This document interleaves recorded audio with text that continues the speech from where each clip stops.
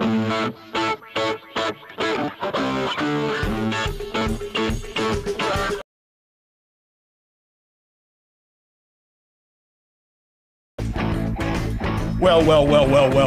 good morning. Hey, how yous doing? To all of our friends out there.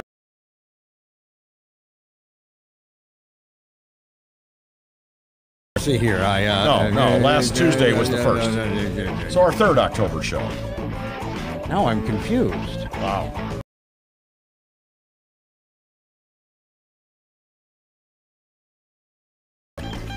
Yeah, I noticed it was there was actually a point last night where, I got up in the middle. Said, wow, it's like almost cold in the house. All three air conditioners at our house.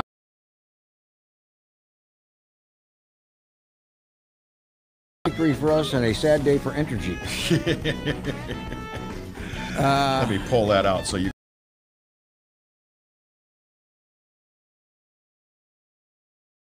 Bill? And that is called talkover. I'll go ahead and take it down. Yeah, take it down a little bit. Take it down. Hey, do you have any trombone? No, never mind.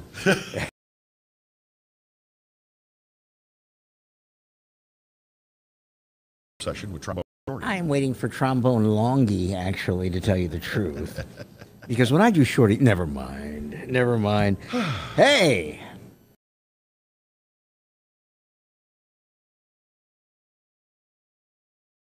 We have searched and we have scanned, and now we have people actually helping us. Got an assist from both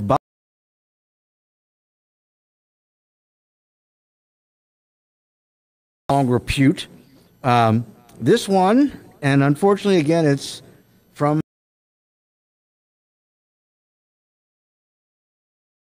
It has been corrected, but the headline.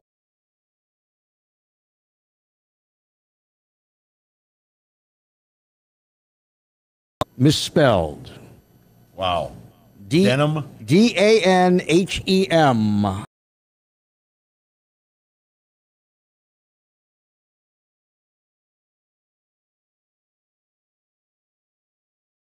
Said over 150 vendors served dozens of attendees at the Denham Springs.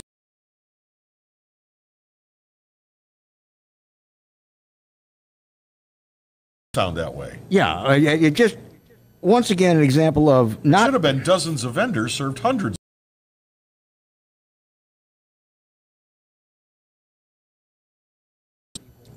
They try to write a sentence that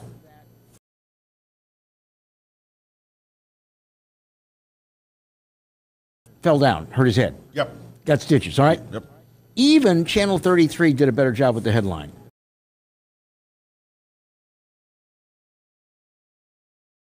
Face. All right, they wrote, President Carter suffers fall at the season? Yeah, he's suffering through the fall at his home. And Channel 33 wrote, President Carter recovers from fall. That was it. That's it. Okay. Now, which tells the story better? Neither. Yeah, but What's the one you found just this morning? Okay, here we go. And I'm sorry. I really am. I call them as I see them. I'm sorry. This one again from Channel 9. This is Michael Vincent, M-Y-K-A-L Vincent. And, I don't know if he wrote the headline, though. Well, somebody wrote the headline. Somebody wrote the headline. Sheriff, teen dragged 30 feet and ran over after verbal altercation. Run over. Yes, run over. And again, verbal altercation, why not just say argument or altercation? This is one thing. Verbs seems to be a recurring thing. Do we not teach conjugation of verbs anymore in school? No, we're not allowed to teach conjugation or give birth control. I run, I ran, I have run, I was run over. Present, past participle, past perfect. And I would bet you that most of these people sitting in newsrooms could not even get 3 out of those 4 definitions. They'd be like, well, what? Talk What? American, Bill. Yeah, talk American. Yeah. Oh, well. Hopefully with your harsh tutelage. Well, I like the fact that they're going back and correcting. They used to just let them. So somebody apparently is looking at this stuff, albeit somewhat late. I think if I were in their position, I would look at these frequent flyers before they publish it. Don't hit that button until I look at it. Well, if it's what they say when they're on the air, that's fleeting. It's boom, boom, boom. But when they post it on the website, that's there, and it's kind of there forever. Not forever, but you can go digging on a website and find a news story from 5 years ago. Yeah. So it ought to be somebody's job at every TV station and radio station to proofread the web posts. It used to be somebody's job to proofread everything before it went into the teleprompter, before it went into print.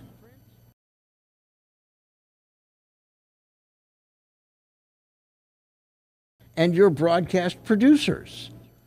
I mean, do these people not exist? I don't know. I don't know the inner structure of these places, but are we just losing our language? Just this morning I was driving in, and I'll name the names. I was listening to Walton and Johnson, the Walton and Johnson show, and of course John Walton, God rest him, he's no longer there. I think it's kind of nice they continue to use his name on the show. But Kenny, the new co-host, It's like Kid Craddock. Yeah, Kid Craddock's already been reincarnated in India, and they're still using his name on the show. But I was listening, and would you like a slushie? The word used by the show host, Kenny, was especially.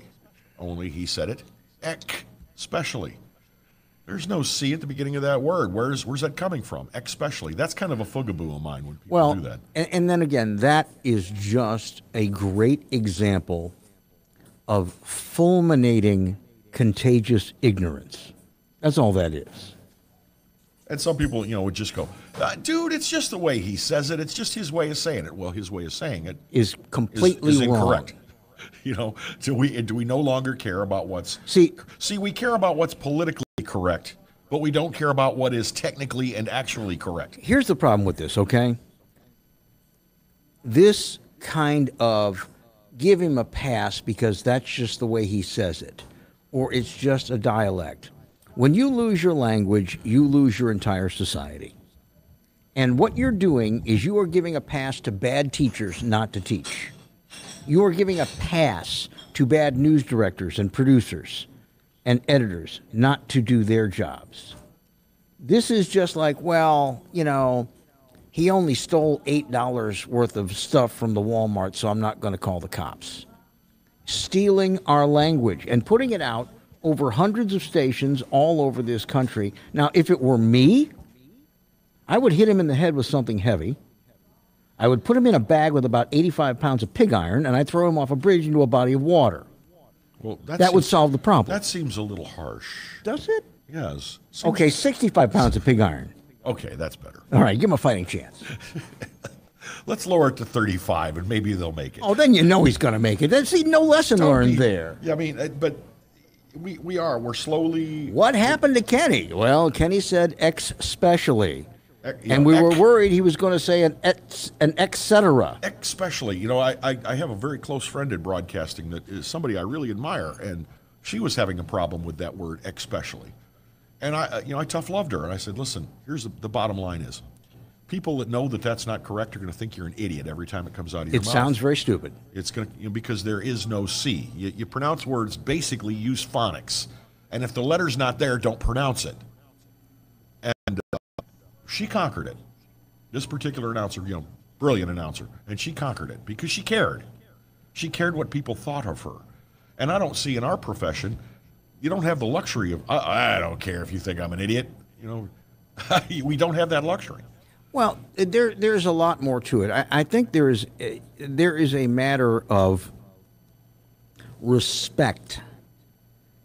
And if you don't respect your audience enough to use the proper words and to pronounce them properly so that they are easily understandable for everybody, if you don't respect them enough to use the proper language, then you really are starting off with one hand tied behind your back, so to speak, in this business. And I'm sorry, there are things like when people say, "I seen it." Oh, yeah. I'm sorry if you say you seen something. I've written you off. Yeah, I've written you off. I'm not listening to you. You're stupid. I saw. I have seen. We had seen. Like I said, do they not teach young people to conjugate verbs anymore? Well, and we seem to have a problem in local news with some of this. I was talking to a lady at The Advocate last week, and she had been a writer and an editor, and now she's a circulation person over there. But we got onto the subject of quality journalism. And she said, I hear what you guys do, when you find these things. And she said, eventually you're going to find one at The Advocate and call us on it. But you're not going to find as many as you used to find. And because, it matters. It matters that we write it correctly. I was glad she didn't say write it right, because that would be incorrect. But, and write it right. Well, you even said this to me the other day. You said you're picking on these people. Well, I'm not. Well, I don't. If it were, this is your bit. So they're putting it on a tee. I'm like Greek chorusing your bit. If it were my bit, I don't know that I'd name names.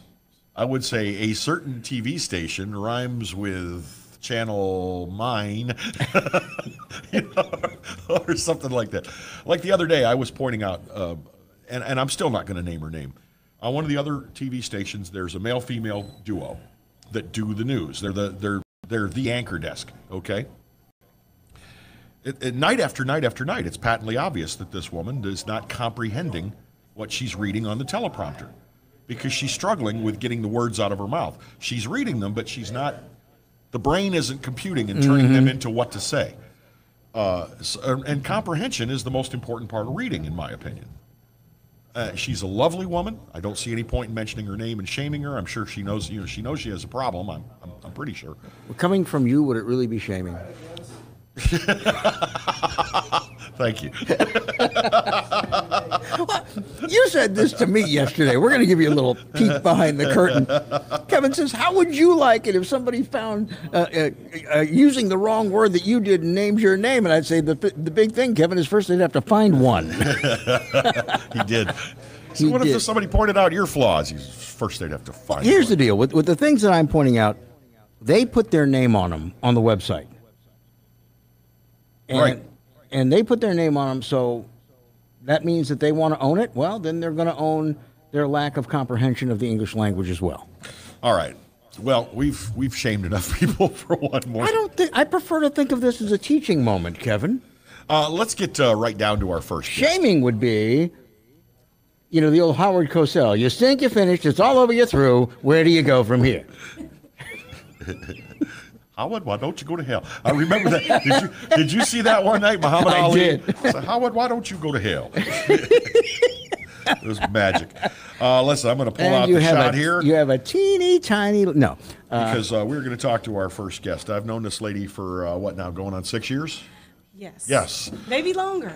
Betsy Barnes joins us. You know her as Bubbly Betsy Barnes. She is the co-host of Rocket Right Radio, which is a weekly radio program that's heard not only here in Baton Rouge on 107.3, but also on other radio stations across the state. You got, about half coverage of the state now? I think 2/3. Yeah. So, but who's counting, right? We're just happy. You're catching on. You came to me the other day and you showed me some information about a fundraiser for a little girl that is battling a life-threatening illness and asked, could I come on and talk about it? Yes. She is Ashlyn Carlock, and more famously known now as Lane Hardy's little girlfriend. Okay. So, they had the Lane Hardy concert recently, the Homecoming Bash.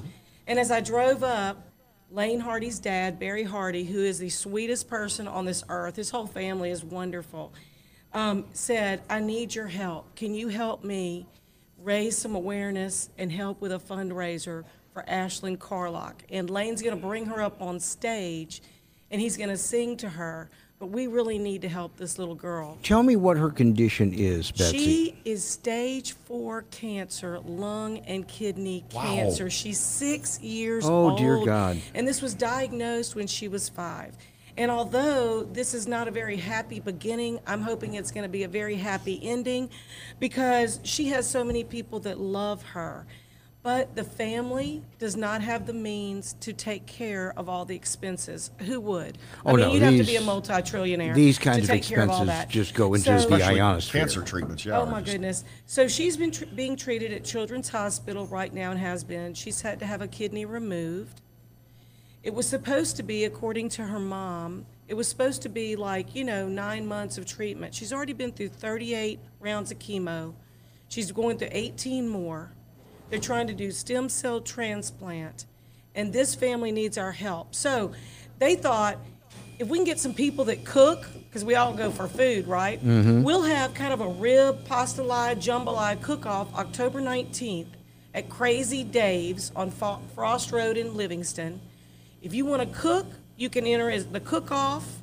If you want to just go and enjoy, they just ask that you don't bring drinks in, that you help Crazy Dave's by buying what you want to drink there.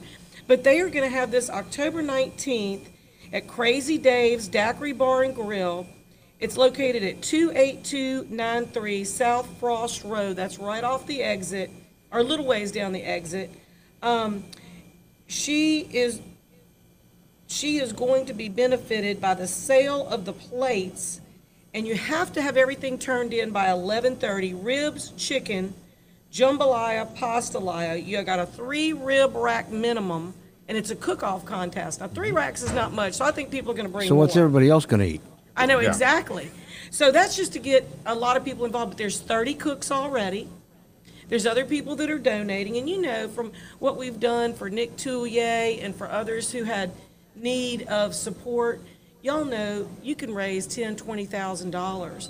Oh, yeah. And so yesterday, little Ashley Carlock's mom, Kim, and Brenda Sanders, who are helped putting this together, set up an account at Capital One Bank.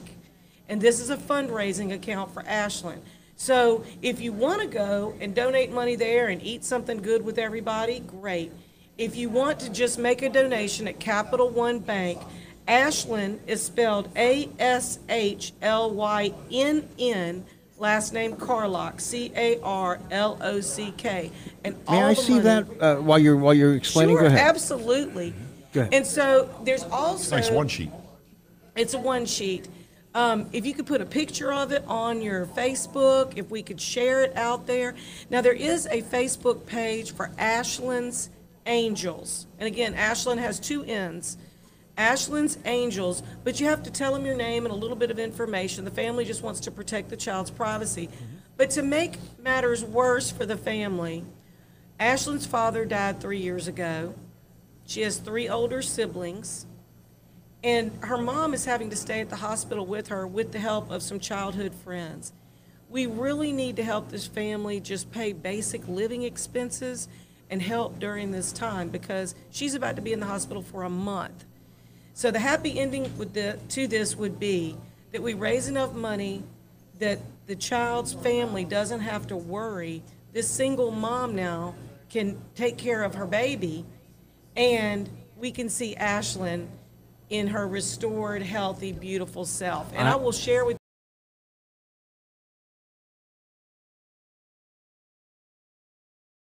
says, "You are my only sunshine," and the video close up, because I was there when she gave it to Lane Hardy, and it brought tears to so many people's eyes because she's such a joyful little girl. She just needs a little help.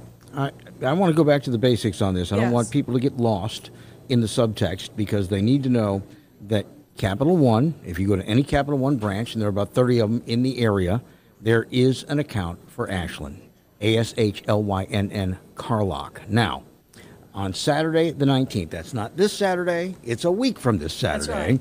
is going to be the big cook-off, chicken and rib, jambalaya, pastelaia, and that's going to be at Crazy Dave's in Livingston.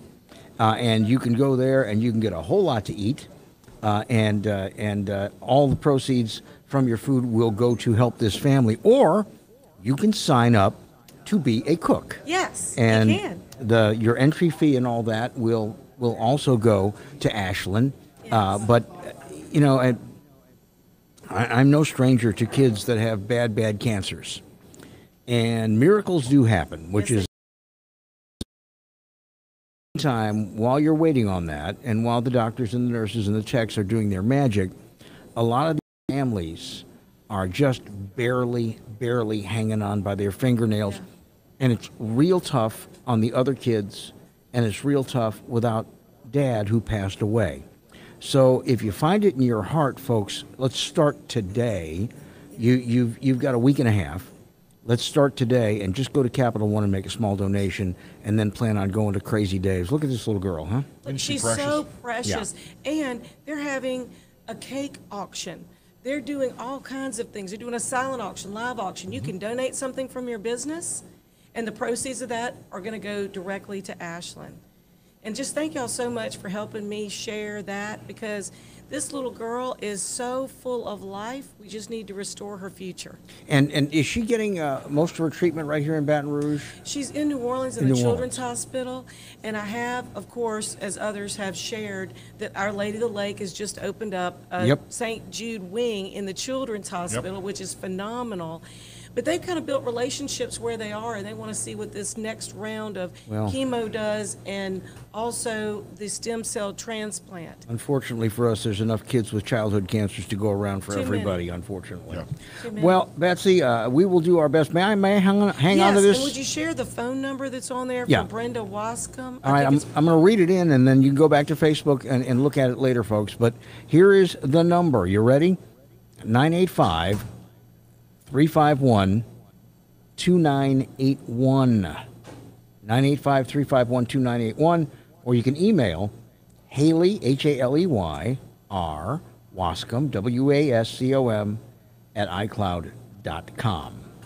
And we'll hit this again before we leave today. Thank you. And we'll so probably much. hit it again on Friday. And we'll probably hit it again on the much. Friday after that, just before, okay? Yeah, I love y'all. Thanks for helping me share that.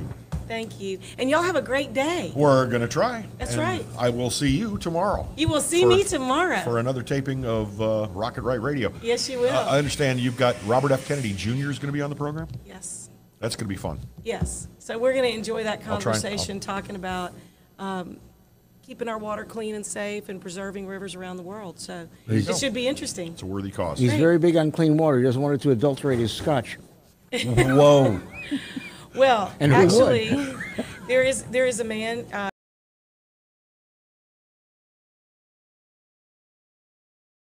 Internationally around the world, he's with the Atchafalaya Basin Keeper. He is the Atchafalaya Basin Keeper, and Robert F. Kennedy Jr. is coming to give him an award on Thursday. Wonderful. So yeah.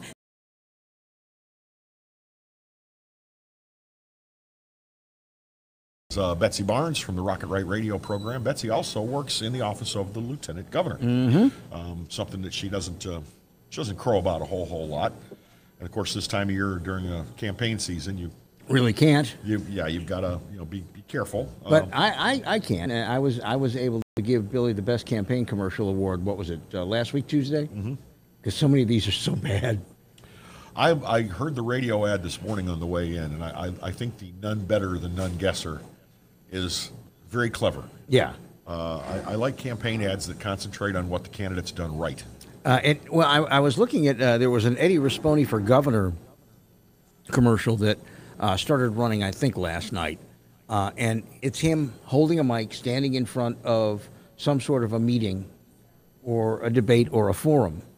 And one of the lines in that commercial is what we used to see a lot in our political ads, and we don't see as much anymore, unfortunately, where he said, we can't afford to be last in everything, but we have to do something different. That's very Robert Adley-esque. And I don't know whether it's resonating or not, but I mean, it's like, finally I got tired of, and he once slapped his dog on the rear with a newspaper. I'm tired of that in political commercials. So, anyway, the opponent drowns kittens. That's right. Speaking of... My opponent has a daughter who is not only a thespian, but has been... Office. Yes, that was Poogie Moiti actually did that, by the way. Really? Yeah, they used to hire him to character assassinate. They knew he would never win, but he'd file for every election, and he would come in and he would just yell stupid stuff like that. And of course, most people in Louisiana back in the 70s didn't realize a thespian was an actor. You know, and he'd like, his daughter is a thespian. Live and let live, who am I to judge, right? Yeah, that's right. Barbara Frieberg joins us now. Barbara, I want you to pull that mic a little closer, just a little bit. Where do you get all there those stories, Bill? No, the other way. Now you're talking to the back. There you go. Come on, we got plenty of cord. There you go. All right. There you go. I got it. That's you. I got it. Where do I get all those stories? I've lived relatively uninterrupted for a very long time. I say relatively uninterrupted. Yeah. Well, I'm excited y'all have this podcast. Yeah, we are too. I didn't even realize you had it. Thanks for being with us I know you today. had talked about it, but it's good to know. Barbara, after serving on the Metro Council, what makes you want to step it up to the state legislature? I ran for the Metro Council because I was a school board member who got upset about the inability to work with the Metro Council on a few issues.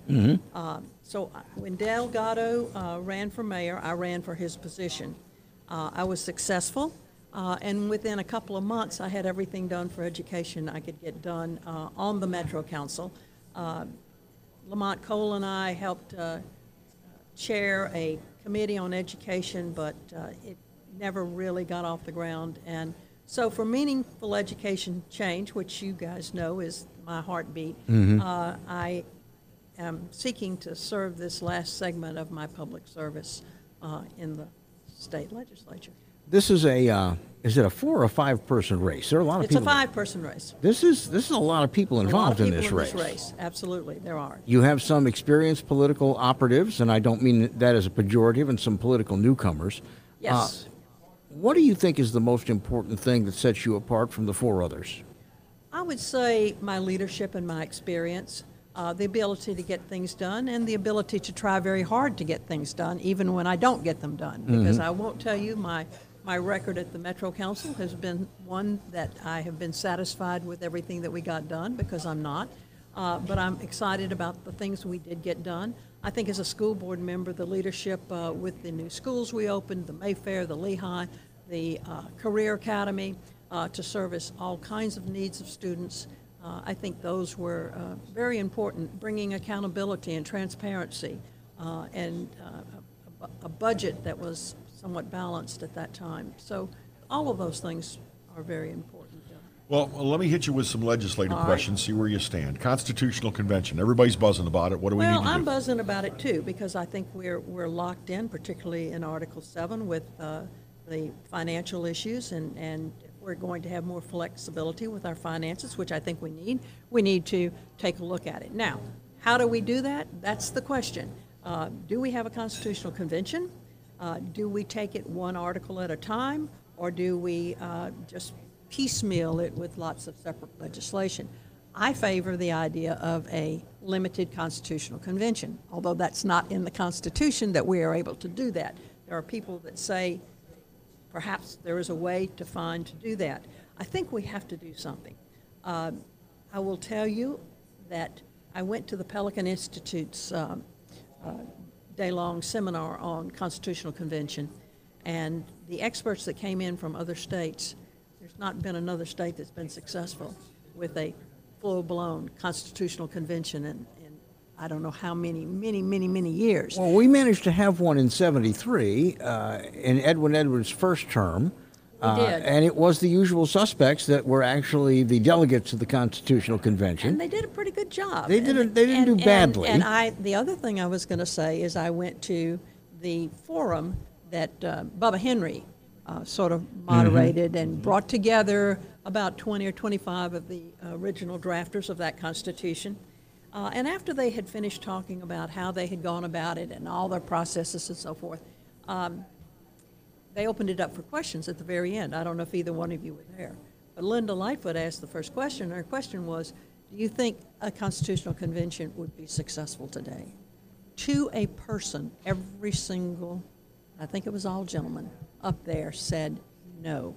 Really? Because of partisan politics. It blew me away. Well, it blew me away that we can't come together as a state and figure out a way to tackle this issue. It's a shame, but I think that is a well-reasoned answer because of partisan politics.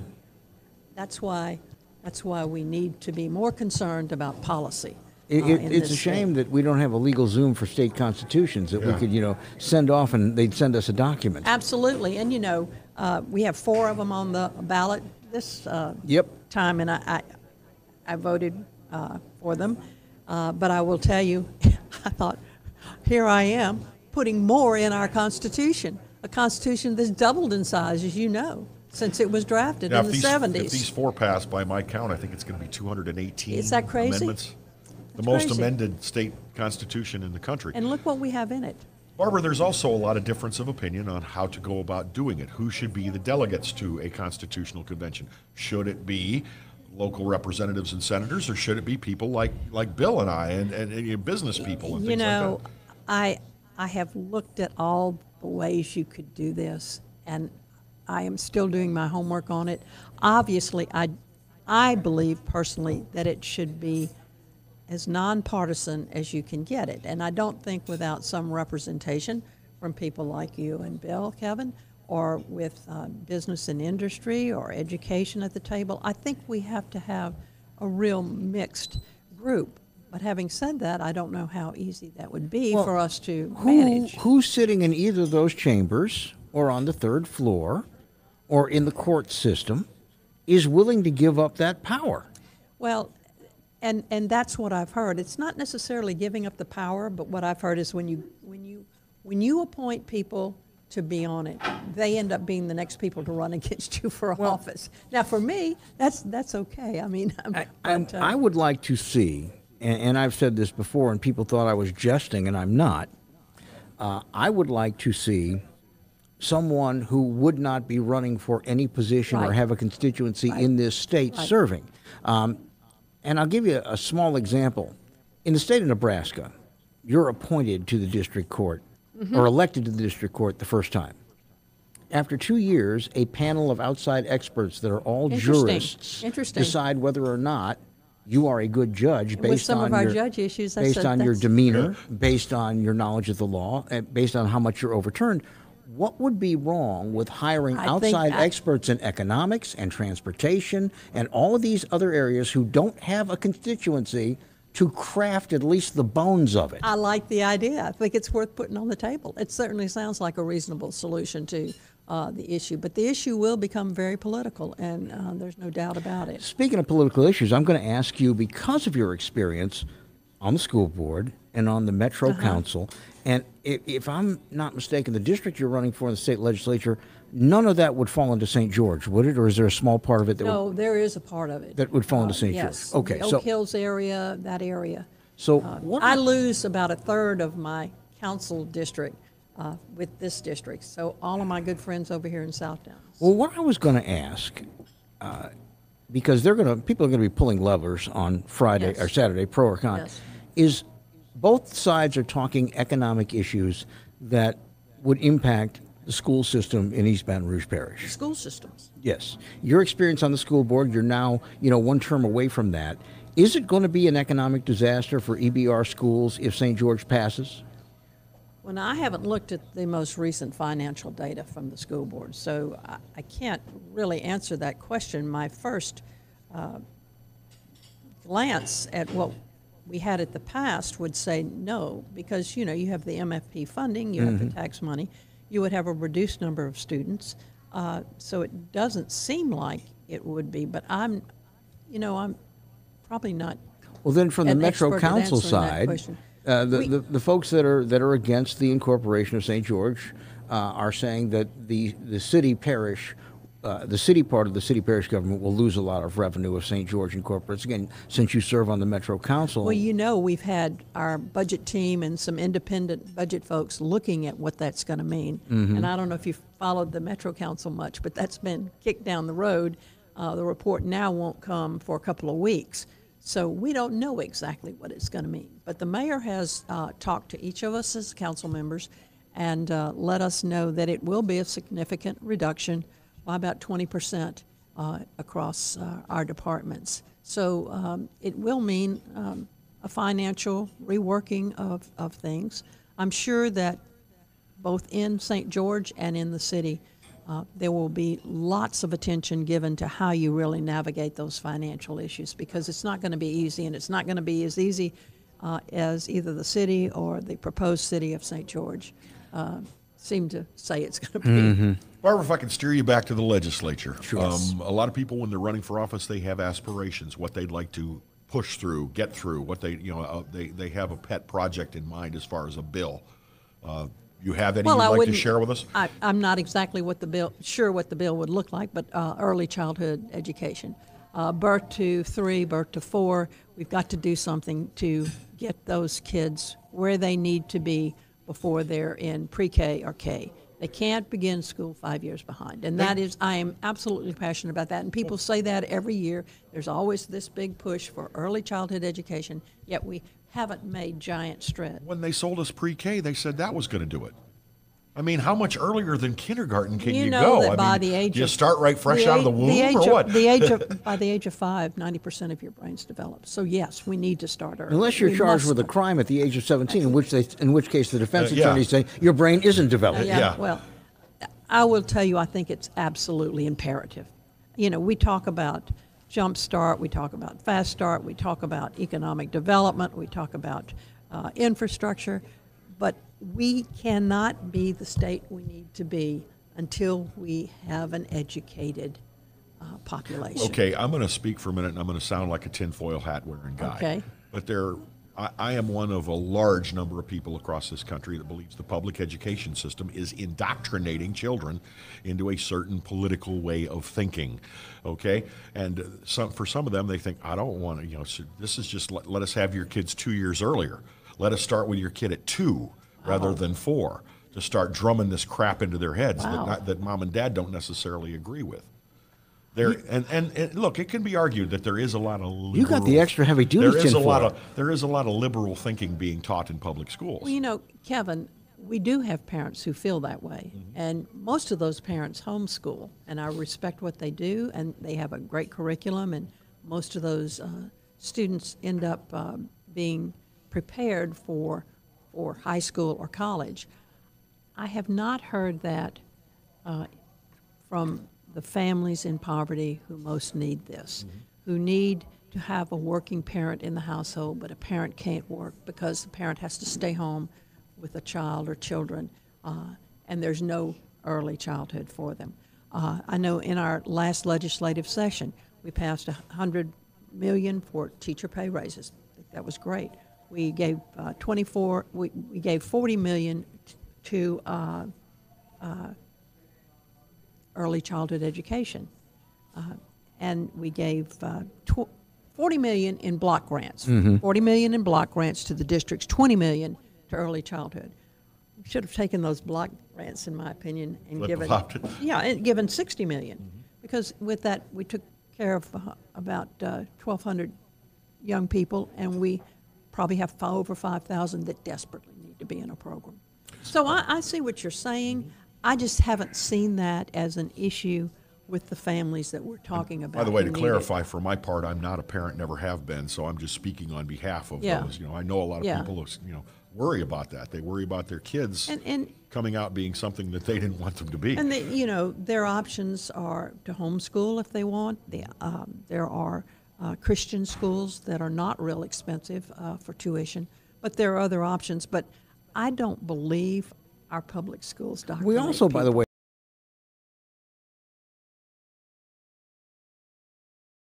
track records. Now, we've had a couple of them that have failed. That's one thing I like to look back on in my tenure at the school board, is bringing BASIS here, because BASIS is a great school nationally.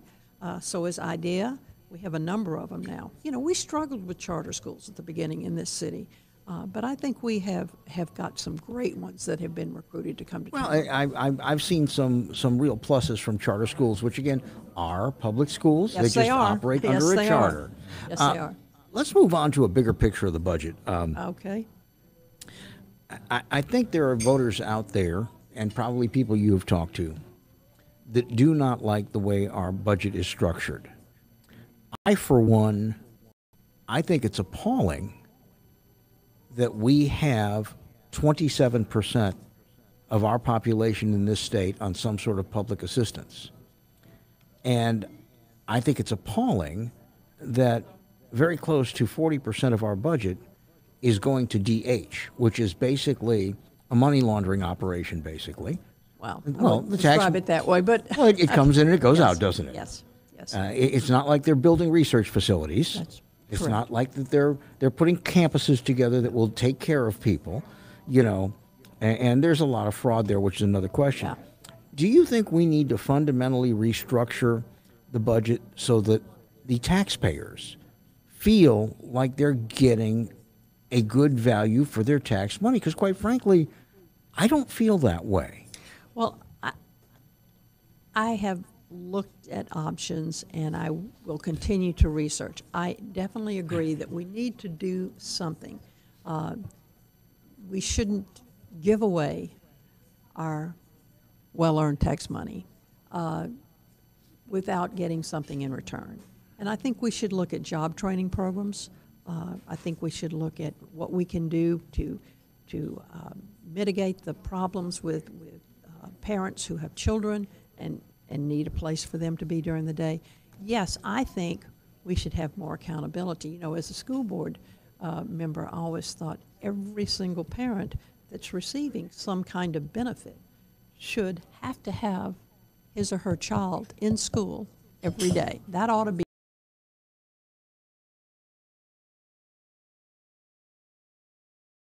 Get followed all the time, but people must take responsibility for their lives and the lives of others, particularly when there's so much being.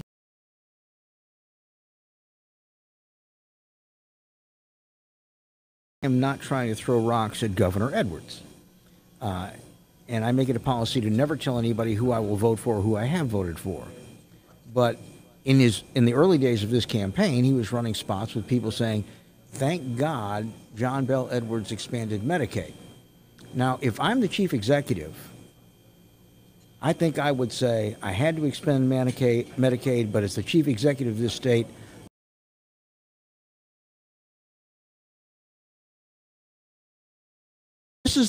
this seems to be the mentality that has kind of rolled up in this state like a snowball going downhill. Well, we get that federal match, so we'll just put more people.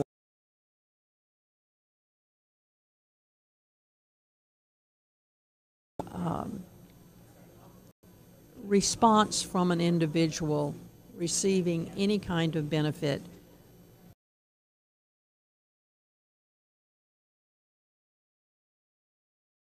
That's easy to be said. I know it's difficult to do. Politically very but it's difficult. Certainly something that I think we need to look at, because what we're doing is perpetuating.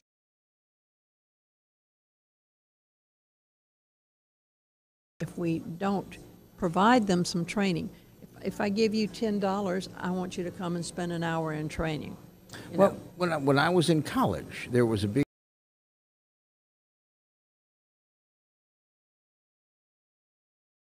His job is waiting for the mailman.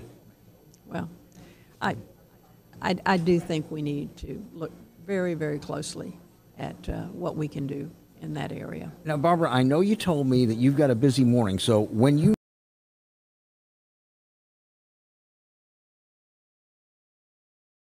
I think I had you scheduled till 9. So Okay, well, good. Excellent, excellent. So what are you hearing out there when you're walking the neighborhoods? I see a lot of your signs.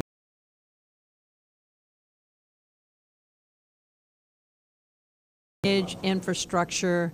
I've had out in the outer edges of my district a lot of questions about St. George.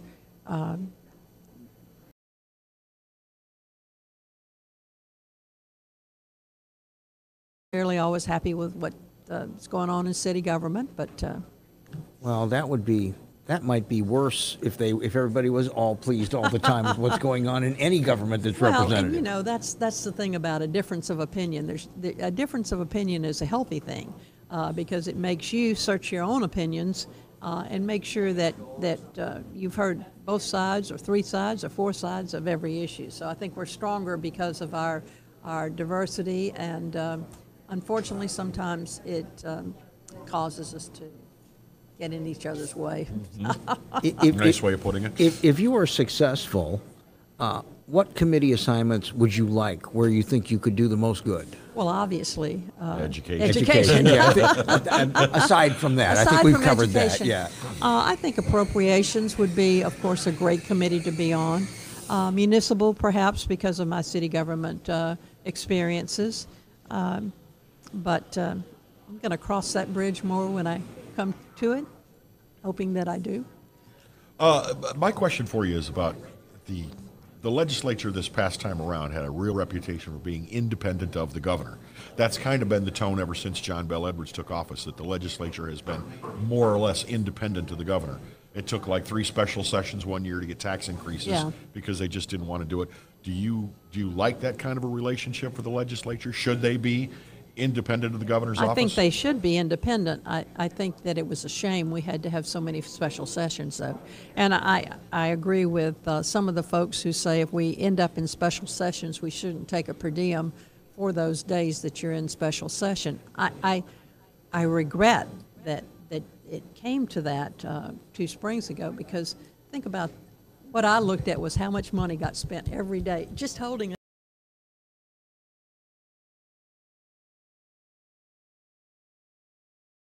special session come out of the governor's pocket. Well, I don't. And we may end up with that kind of situation. I don't care for the pocket talk, because eventually it all comes out of everybody's pocket. Everybody's pocket. And you know, the per diem is so minimal. I've said this before. I don't mind saying it. I think we should pay our state legislators $350,000 a year.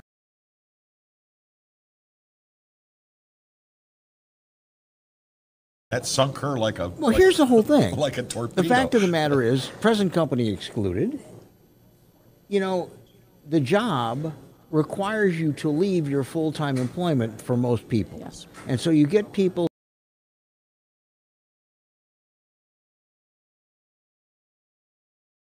$16,500 a year looks pretty good, and I'm not so sure I want them making decisions for me. Well, you know, that's a very interesting comment and question. I guess there's a question there. I remember when I was on the school board, there was some discussion at the city council about should council people be paid full time. And I thought, oh, of course they should not be paid full time. I mean, you know, well, now that I'm a council person and I know how much time I time put and a half should be paid. And New Orleans pays their council people to be full-time council people. It's certainly an idea worth looking at, I would tell you, but... Well, I remember having a discussion with somebody, and they were looking at the salary that the head of the Board of Regents makes. And they said, well, why should he get a...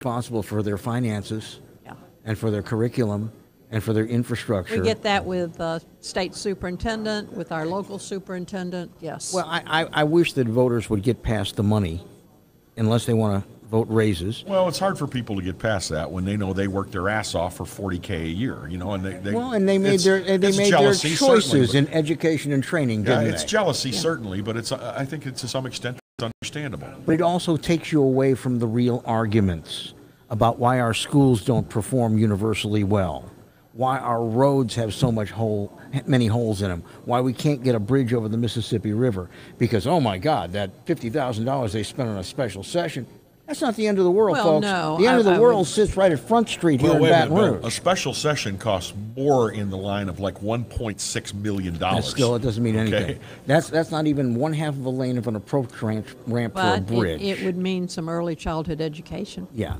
It's money could be better spent elsewhere. Maybe so, But we have gotten into partisan politics, sleight of hand, and Ralph Abraham bought an airplane. So what? Bought that airplane with his own money. Yeah, so what? And see, that's what I worry about for people who are running particularly for statewide positions, but also for state government.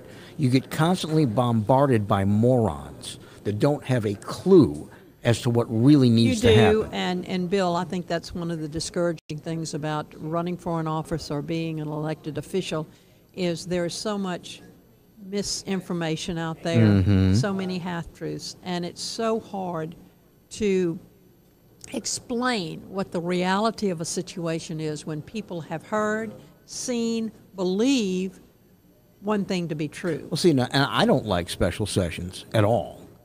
I would actually go back to meeting every 2 years for one long general session where everything's on the table, because the way they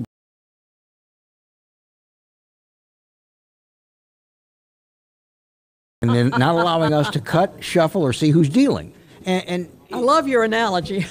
and if I'm wrong, please tell me. If it's something that everybody in the legislature thinks is a wonderful idea and their constituents support it, then I will retract my statement. We ought to be able to get everything done during the course of the regular session, period. I agree with you, but it's easy for me to say that, not having been in Might not there, be so in easy a couple weeks from now. Yes.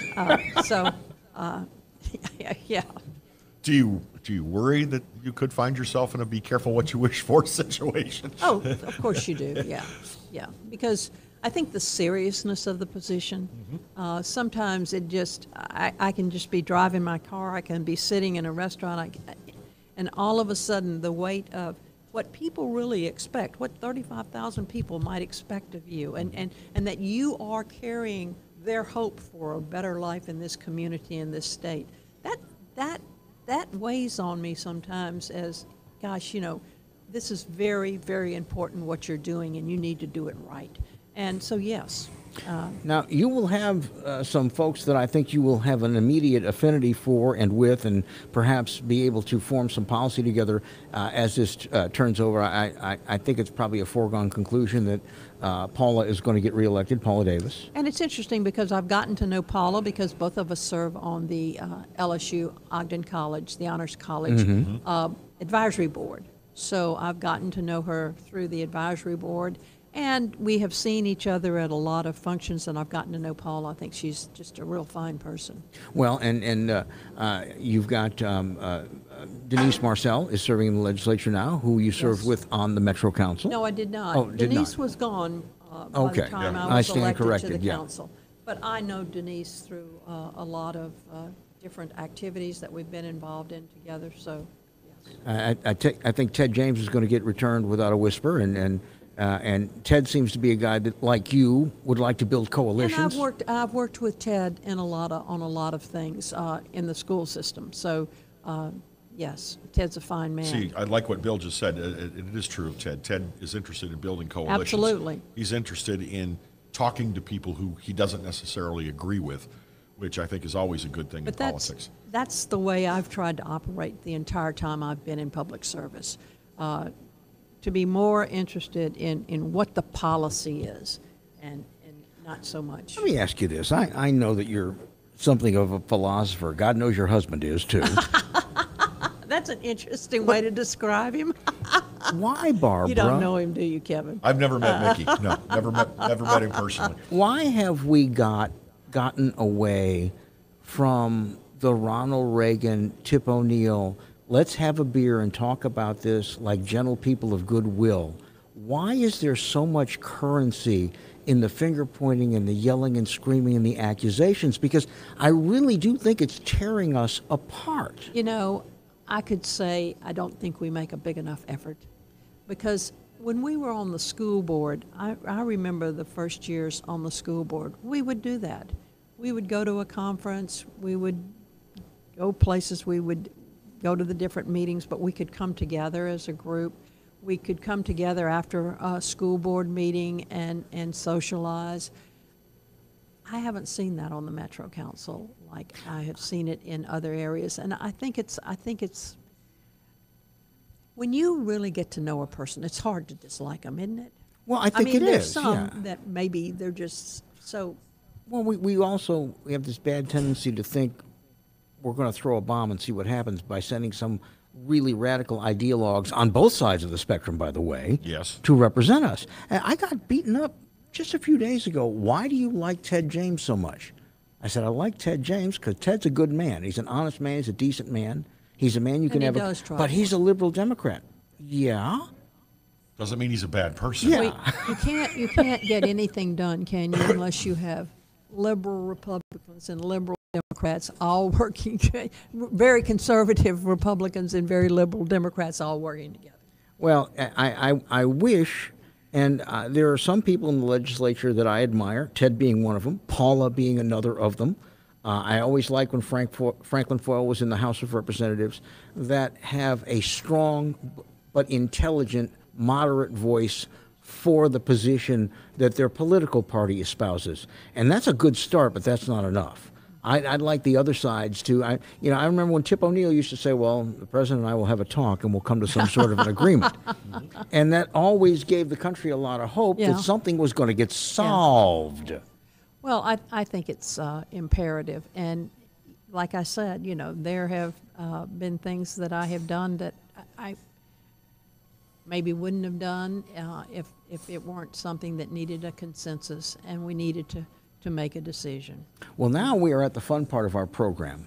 What we do whenever somebody is running for office and they come for their first visit with us, we take our last 2 minutes with them. We turn off our microphones. Oh.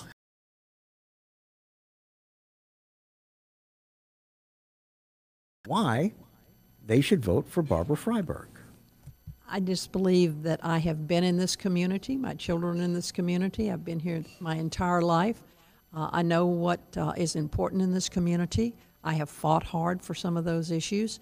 And I believe that my leadership and my track record of getting things accomplished should show people how much work I do, how much I care about this community, and how willing I am to work for it in the future. And before we let you go, I have a feeling there is going to be a runoff since there are 5 of you. There are 5 of us. So we will probably be seeing you again. Well, I would hope. Between now and, what is it? You're welcome anytime. I would What hope. is it, November 17th is the runoff? 16th. 16th, yeah. 16th. We will see you again. But we thank you for taking Thank you, Bill. taking Thank you. some time Love with it. us. We know how busy your schedule is. We really do. It is this week, yes. And good luck on Saturday. Thank you very much, Bill. Thank Barbara you, Kevin. Frieberg is a Good to see candidate y'all. for Thanks state for coming, representative. Barbara. Miss seeing you. Good to see you, and we'll see you again. And tell your husband, the philosopher, that I gave him a compliment. He'll never believe it. Never believe He'll it. never believe Thank you, Barbara. Pleasure. He is the vine ripened tomato philosopher for Baton Rouge. Vine ripened tomato philosopher. The produce company that supplies all the restaurants and all that. Mickey is I think he's the CFO or CEO. But anyway. We just got this comment come in from Jack C. He says, Russell Long said in his time, more legislative work was achieved over drinks in a restaurant in D.C. than in any other manner. Now, no one can be seen cavorting with the enemy. That's the difference between then and now. And I would like to say that I have had the privilege of witnessing that firsthand in person over drinks in a restaurant in D.C. 4 or 5 times.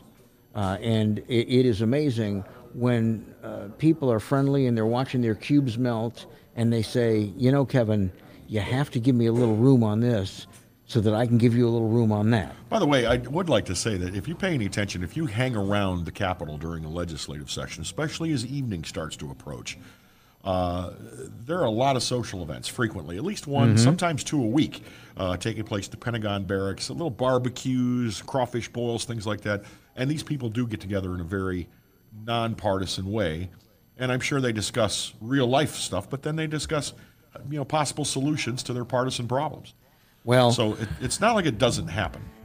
it doesn't happen with the same intent. Let's put it that way. But maybe we're getting closer, Kevin. Maybe we're getting just a little bit closer. Hopefully. Well, we thank you all for joining us today on Friday. Insurance Commissioner Donnellan comes for his second bite of our apple. Is that correct? Yes. We have Jim Donnellan scheduled and God knows who else. Well, maybe we'll get the Almighty to visit us and give us some inspiration. John Bell Edwards?